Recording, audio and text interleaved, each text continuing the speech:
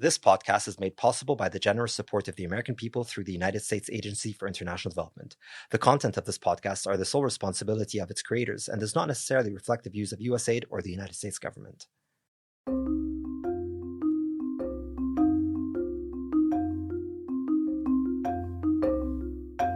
Hello, everyone. Welcome to another episode of the WABiLED podcast series. Today's episode is going to look at International Women's Day. WABiLED is a 4-year program which is looking at biodiversity conservation and low emissions development in West Africa. My name is Susan Osei, the cross-cutting service assistant of WABiLED. I have here with me two women who are experts in promoting gender equality and social inclusion in West Africa. I'm going to let them introduce themselves. Hi, it's such a privilege to be on this set on this most important day, International Women's Day, when we recognize and celebrate women all over the world. My name is Bavina Safia Musa. I lead gender equality and social inclusion work on USAID-funded Ghana Fisheries Recovery Activity here in Ghana. And I am Diana Ndego. I lead gender, youth, and social inclusion in WABiLED. Quickly, Bavina, in some few seconds, can you tell us a little bit about the GFRA project?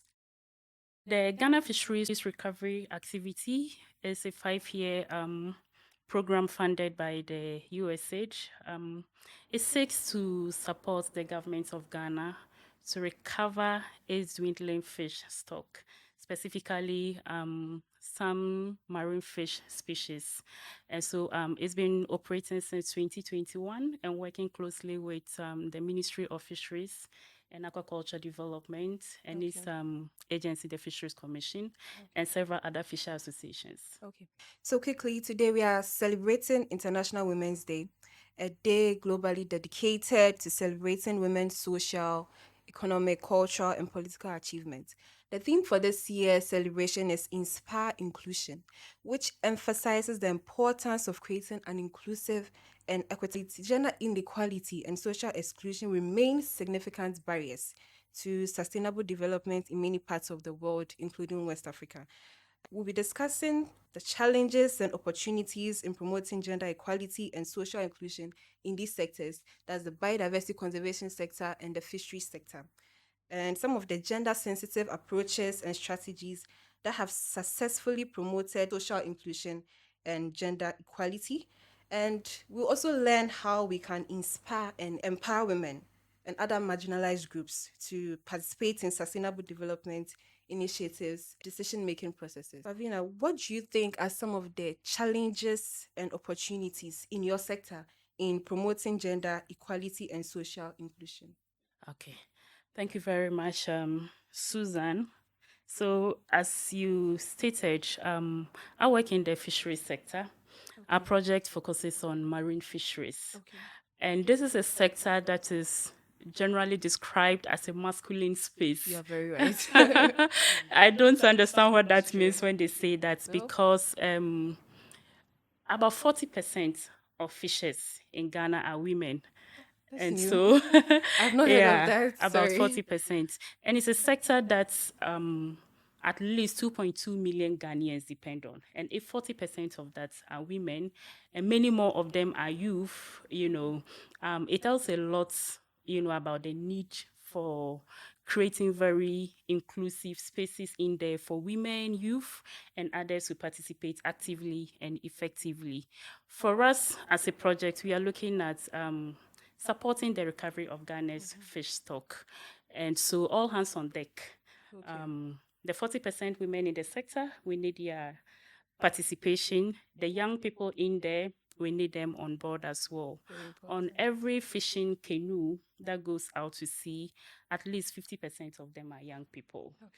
And so we need them. On this project, we have some key objectives around addressing issues that limit women's effective participation in fisheries management, and that includes gender-based violence, which is very, very endemic in fishing communities. Many times when there are economic stress, like I'm talking about fish stock dwindling, fishers going to sea and coming back with empty canoes. It has a way of impacting families and communities at large, and often makes gender-based violence and abuses. The last part is around child labor and child trafficking, which is another clear exclusion issue.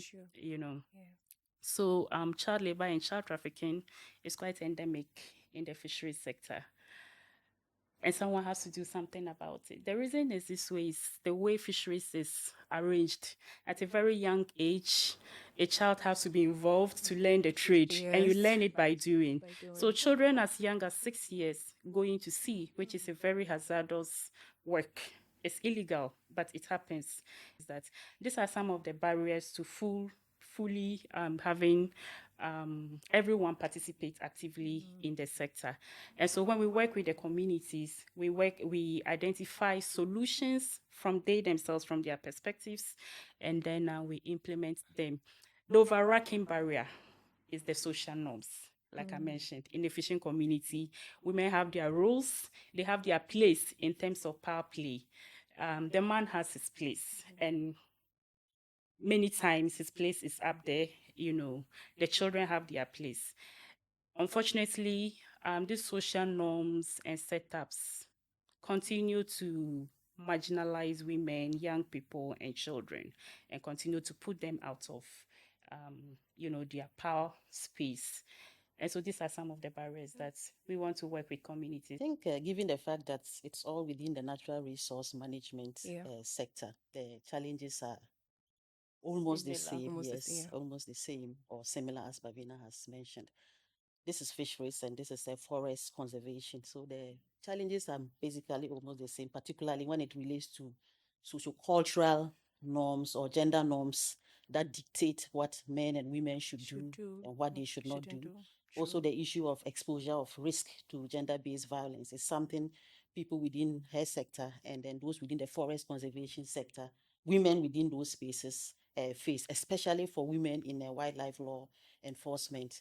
But beyond what she has mentioned, for our sector, which has to do with forest conservation, there's also the challenge of very low representation of women in forest leadership and decision making.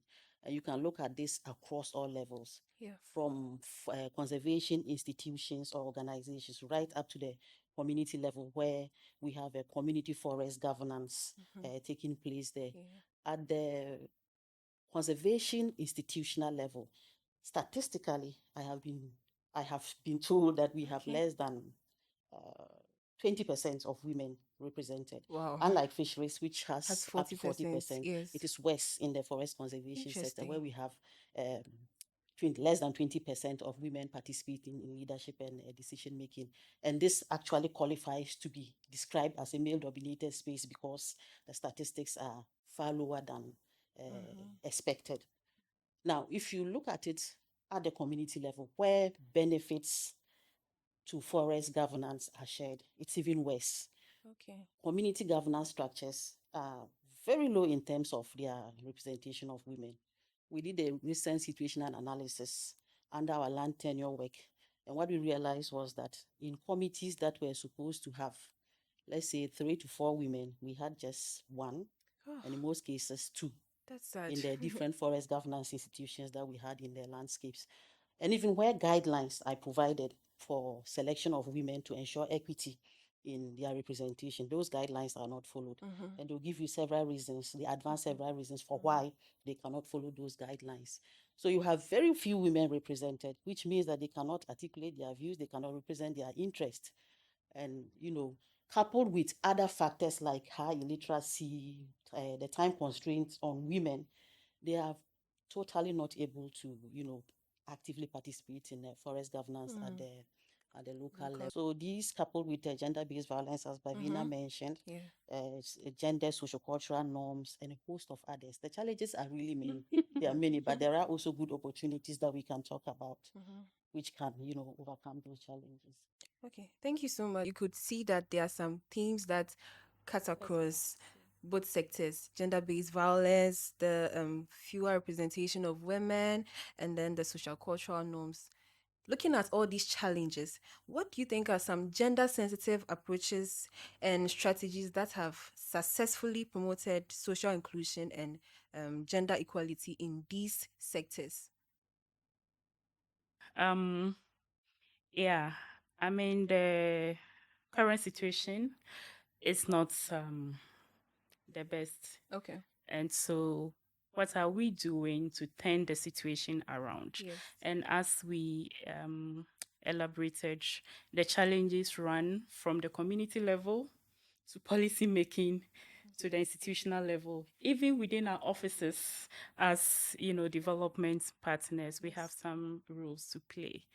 So, in terms of the opportunities, at the community level, even as we have mentioned that there are entrenched sociocultural norms that continue to militate against a full achievement of social and gender inclusion, there have been some progress. Oh, nice. That's nice to know. Yeah. I'm interested. Not at the rate we would have loved it, Okay. but we need to acknowledge that there's some progress. For example, on this project, my project, Fisheries Project, my first time visiting the community to work, it was extremely difficult. I see. Because this was at a time the annual close season had just ended. And the close season comes with a lot of pressure, sensitivities. People get frustrated because it's a 1 month period when fishers cannot go to sea. Okay. So I went to the field. I was wondering what the close season Oh, was. yeah. Eggs. So I went to the field to mobilize and have some dialogues around gender-based violence.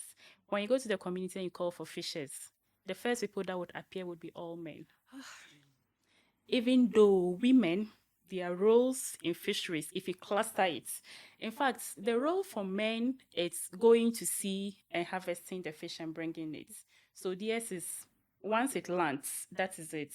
But for women, they have the pre-fishing rules where they prepare food items. In fact, they finance the trip and all that. So before the trip, the women have a role. Okay. And when the fish is landed, that is where the men's role ends. The women take over with cutting the fish, processing, marketing, and even turning it into food and income for the household. But then when you go to the community and ask for fishers, they don't consider women fishers. Right. So I had a whole room of men and just a few women sitting there, and they were not ready to discuss gender. They said, if you come and you call for fishers, we expect to talk fisheries. Mm-hmm. What is this about women? They have no space here. So that was where we started from. And I see the progress we've made to this point, where even in our absence, men and women fishers, they sit and they dialogue around issues that affect them both. So I see some progress there. In terms of the policy level, is the institutions. In fact, Diana already mentioned some of the challenges they face as well. There are capacity issues. Sometimes it's the technicalities that some the institutions lack. There are also funding gaps. I see us in our sector make some progress. Currently, the Fisheries Ministry is signing off a gender strategy for fisheries sector and anti-child labor and trafficking strategy. For us, that's a big move, because that communicates some level of commitment. And if they sustain and implement it successfully, it's going to benefit the entire sector. So those are some of the gains I see coming up and some of the opportunities. If you look at coordination, sometimes that is where there's also weakness. Coordination between institutions, but also even government organizations. There's often the gap there.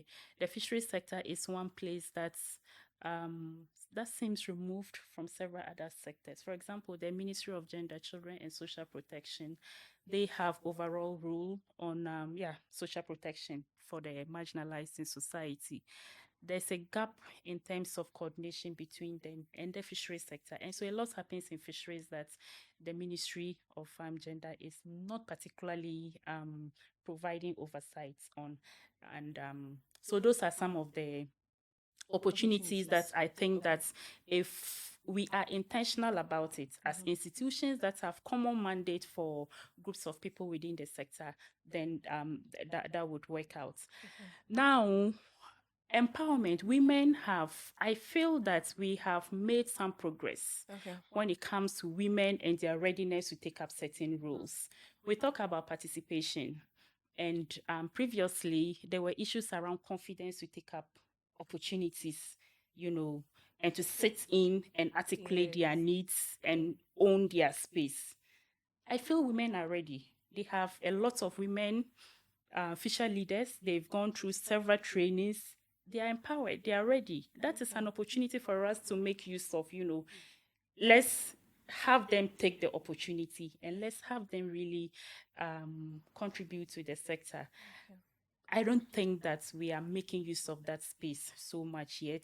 And so if we are looking at utilizing and opening up and making the space, our program with the livelihood program and several others, those are opportunities, and we need to find ways of encouraging and inspiring the youth to shift and add other livelihood programs as supplemental options.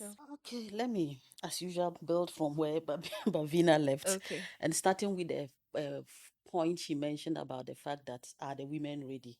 Yes, they are indeed ready. And if you look at it from our perspective, the recent study we did on the role of women and youth in wildlife law enforcement, we came up with a number of success stories of women who were making it in the sector, even though we say it's male dominated. And they tell us inspiring stories of how they have been able to break barriers and to contribute effectively to combating the illegal trade in wildlife. And that is a starting point. The fact that there are a few women who are demonstrating possibilities means that the younger generation can be inspired to see themselves entering that space that has traditionally been labeled as male dominated when it comes to conservation. So the women are ready. They are empowered. They have stories of how they have overcome barriers to tell. And because of this, we can say that we have built a substantial number of women who are leading change and can inspire the change we desire. Now, beyond that, if you look at it beyond that, look at it globally, right up to the community level, there are opportunities that we can tap into. The last 15 years has seen an increase in donor interests in gender and conservation. Donors like our donor, USAID, the Global Environmental Facility, the Green Climate Fund, and all that, they all require their implementing partners to integrate gender and social inclusion in their work. Very key. Some of them even provide guidelines on how this can be done. USAID has a gender policy. And many of us who are implementing USAID projects, Bavina will agree with me, align our gender policies to USAID's policy. We look at the examples of promising approaches to conservation that is outlined in their strategy and align most of our activities to that. Beyond that, there's also been increased global commitment within the environmental space to gender and social inclusion. The Convention on Biodiversity, for example, has a gender strategy. The UNFCCC has a gender strategy, and most recently, CITES is in the process of drafting their gender strategy. And the interesting thing about the CITES one is the fact that WABiLED has made some input. We are hoping that what we have given in terms of our feedback and our experience will be, incorporated in the document, and that the needs and realities of women when it comes to CITES will be, incorporated in the development of the strategy. Beyond, global commitments and donor interests, and also the fact that women are ready to be brought on board in terms of empowerment in the conservation sector, there are other opportunities that I would say have emerged. The fact that there have been some investments in training women in conservation. Bavina has mentioned training women in the fisheries sector. WABiLED has done similar initiatives in promoting, recruiting and training women in biomonitoring. And these women are contributing through our grants in the landscapes to forest monitoring. And they are not only helping to reduce illegal activities in the forest, but they are also helping to shape in a positive way sociocultural perceptions of women's role in the forest. And Beyond that, under our first objective too, we have trained some few women in CWT under the CITES Masters Program who are contributing at the regional level to combating the illegal trade in endangered species. So we've made some progress, we've made some investments that we need to build on or to scale up when it comes to advancing gender equality in the forest. We have seen some strong emerging women leaders at the community level. The second best cocoa farmer we met on the field is a woman. Wow. And you should see, her story is a strong example of what it means to empower a woman in that sector. A field that has traditionally been seen as male dominated, she's been able to brace through the odds. Even her story of how she accessed land, speaks of what we already know about the challenges women have in that sector. But she's been able to brace through those challenges. So we have made progress that can be built on. We just need commitment, as Bavina has said, commitment that goes beyond strategy development and action plans to commitment that is practical and reaches women at their communities. That's nice. So in your last point, you mentioned that there are cases of strong emerging female leaders, women leaders in these communities, and then they are championing some some great actions or activities in line with gender inclusion and things. So that brings me to my next point. What do you think are some ways women's leadership can contribute towards achieving the general sustainability goals, in your sectors? Right. I think we are seeing great examples. Yeah. But it's even that is even why it's even unfair that women have to prove themselves multiple times to even deserve the space. So I think at this point we have proven ourselves enough, even at the community levels. We have great examples. And nice. They are inspiring change, not just among themselves, but even the entire community. They are leading within the family, they are leading in the community. And it's just for us, for the level I work, it's just for us to ensure that it shows even nationally that they are there and that they are doing so much down there.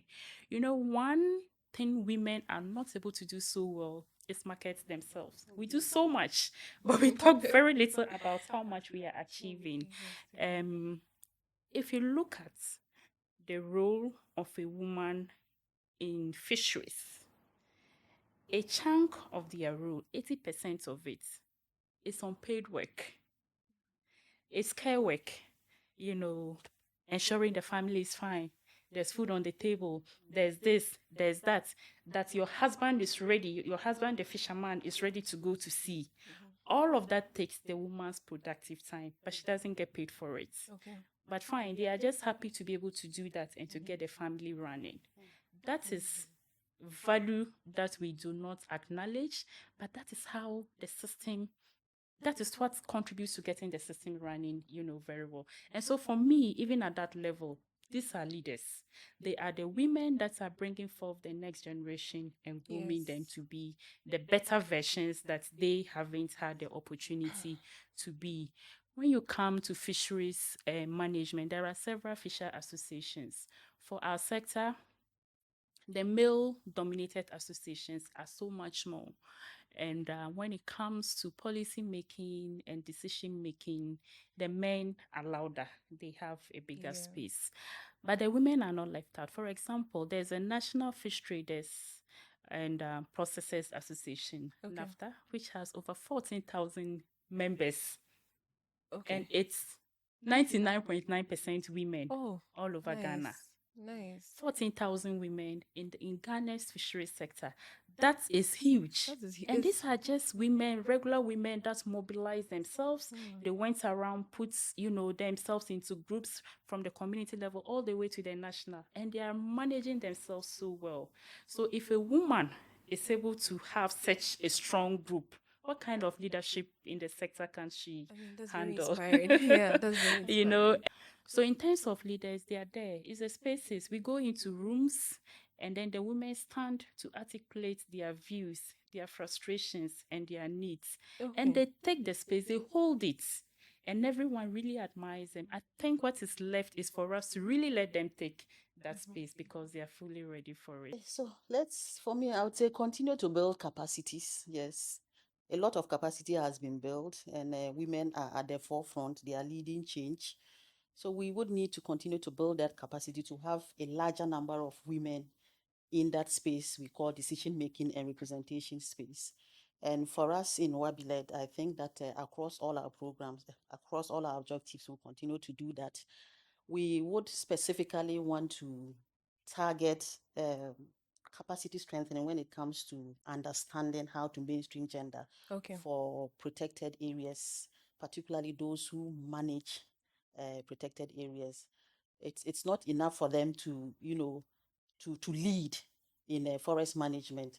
It is good enough for them to understand how to address the needs of women and young people in forest management. So we think that moving forward in terms of scaling up what we are doing, we'll continue to build capacities for them to understand how to better integrate gender and social inclusion. We would also continue as a program to, address the challenges women face when it comes to tenure security. And, if you look at land tenure generally, there's a general marginalization of women when it comes to access, control, and management of land as a key natural resource. And this affects the kind of investment that women make on land. We would also continue to, through our grants mechanism, to promote gender and social inclusion. And one interesting thing about WABiLED's grants is the fact that we see addressing gender and social inclusion as a core aspect of the grants program. So grantees are required to demonstrate how their different grant activities can address gender and social inclusion. So through that mechanism, we have a few livelihood interventions that women are benefiting from. Women in food cultivation, and women in I mentioned biomonitoring and all that. So through the grant mechanism, we are addressing women's livelihoods, and we are hoping that these livelihoods initiatives will help to strengthen women's economic well-being and empowerment for their families. And then it will also serve as an incentive or an inspiration to conserve, because at the heart of sustainable forest management is enhanced livelihoods, and people have something to rely on. They'll be more interested in forest conservation when people realize that, okay, my livelihood is linked to the forest, and because of the forest, I have this to do to empower myself. They'll be more interested in what goes on in the forest and be inspired, to participate in the forest governance. There's a lot done at the community level, and we want to continue to push from there, because in addressing sociocultural barriers, that is the level that we want to trigger change. And so we've already reached a point where communities are beginning to lead dialogues on, engendering inclusion better. So conversations around gender-based violence, around child labor and trafficking, they mobilize, they discuss, and they come out with solutions and implement. Looking at constituency strengthening, the women based groups, associations that I mentioned, we are still looking at strengthening them even further. And as part of it, we are testing them with small grants, So you bring a concept, this is something little. What do you want to do with it to, promote women and young people in the communities? And we are getting very brilliant ideas, and I'm just excited to see, what becomes of it. I'm excited as well. Yeah. I think it was one very positive move that the project made, that recognizing that these associations have great ideas and want to test them. What can you do? What kind of actions can you bring yourselves to benefit your groups? Across our program, we are very, very intentional about inclusion. Every action that... Talking about all these, do you think we've created a safe and inclusive space for women to voice their opinions and concerns so far? Looking at your sectors, do you think we've done enough in that? We have done a lot, but not enough. Okay. Because both myself and Bavina have already mentioned the fact that there is still room or opportunity to continue to advance what we are doing, because the women are ready and they are looking for more spaces. So we need to do more. Build capacity for women's leadership. We've talked about gender norms or gender sociocultural norms around what women can or cannot do. And you realize that when it comes to social norms or cultural norms, the image of a leader is masculine.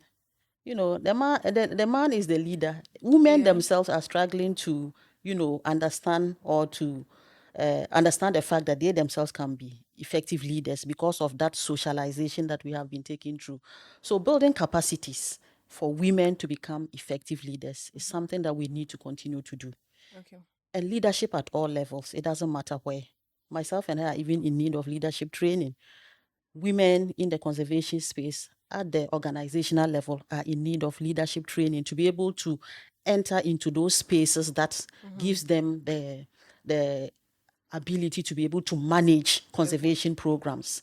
Women at the local or most basic level need capacity to be able to understand the unique role and the unique perspective they bring to forest governance, so they can be able to play that role very well. So we need to also raise awareness and change community and public perceptions about women's leadership. Communities should be more confident in the fact that women are good leaders. So once we raise the awareness with community leaders, we need to raise awareness with youth groups, raise awareness with different sections of the community on why women's leadership is important and why we need to strive to break gender challenges to women's participation. Bavina talked about the fact that women spend almost all their time doing reproductive work that doesn't pay. And it is interesting to know that this is a challenge for women when it comes to leadership. They'll rather stay back and do their socially expected roles than, juggle this with other leadership responsibilities. When they know that at the end of the day, they are coming back to meet those same challenges at home. The cooking will not be done when you are there doing forest governance. The cleaning will not be done. The childcare will not be done. And at the end of it, you would be surprised that even issues of gender-based violence can emerge because women are not able to meet those responsibilities. And also looking for opportunity to demonstrate change to communities. I mentioned earlier on the fact that we have been able to get some communities to recruit and train women in biomonitoring. The fact that communities can see, possibilities in the fact that, women can also be part of this, and some of them have even moved to being rangers.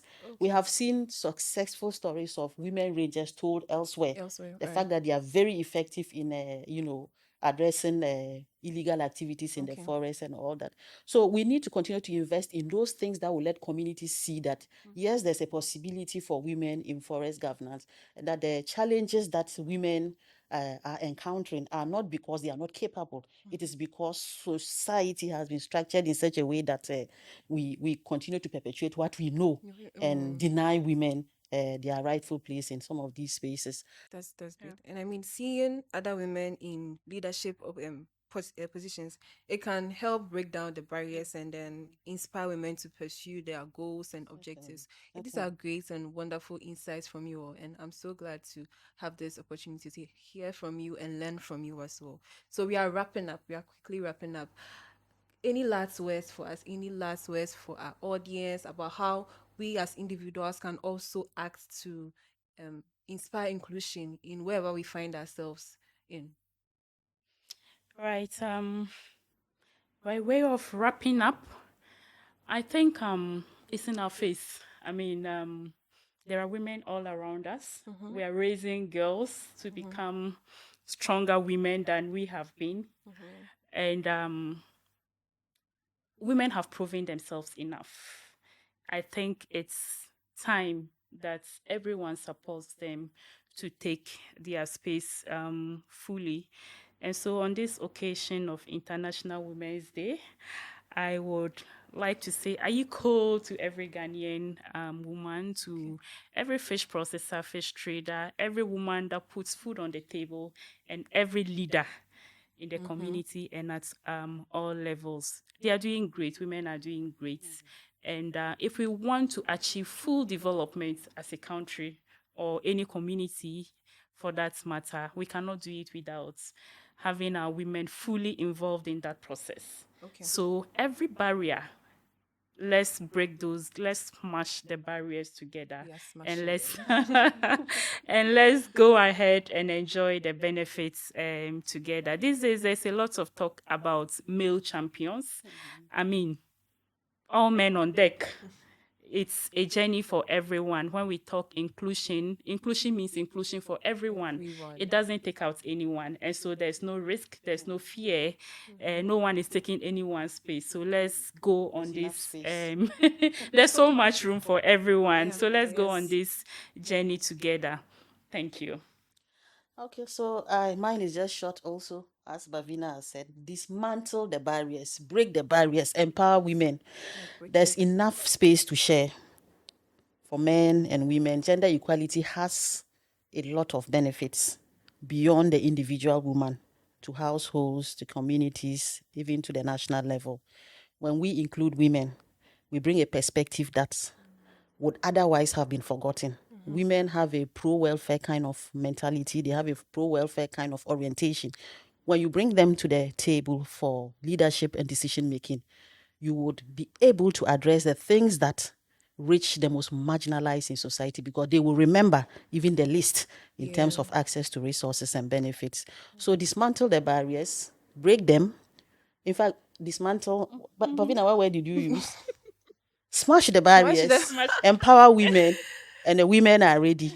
And congratulations to all women on International Women's Day. You have worked hard, you have braced the odds, you have come far, and we are looking to go further.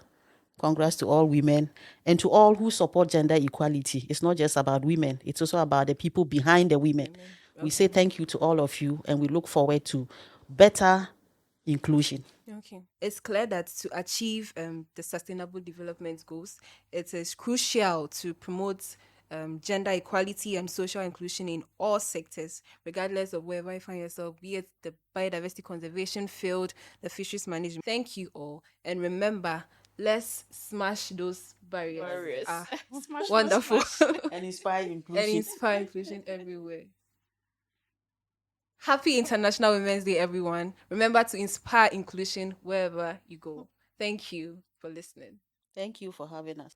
Thank you for listening to the WABiLED podcast. WABiLED is a 4-year program funded by USAID, focusing on biodiversity conservation and low emissions development strategies in West Africa.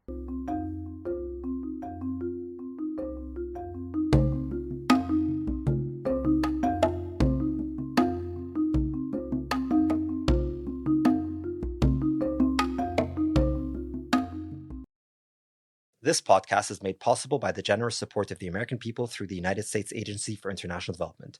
The content of this podcast are the sole responsibility of its creators and does not necessarily reflect the views of USAID or the United States government.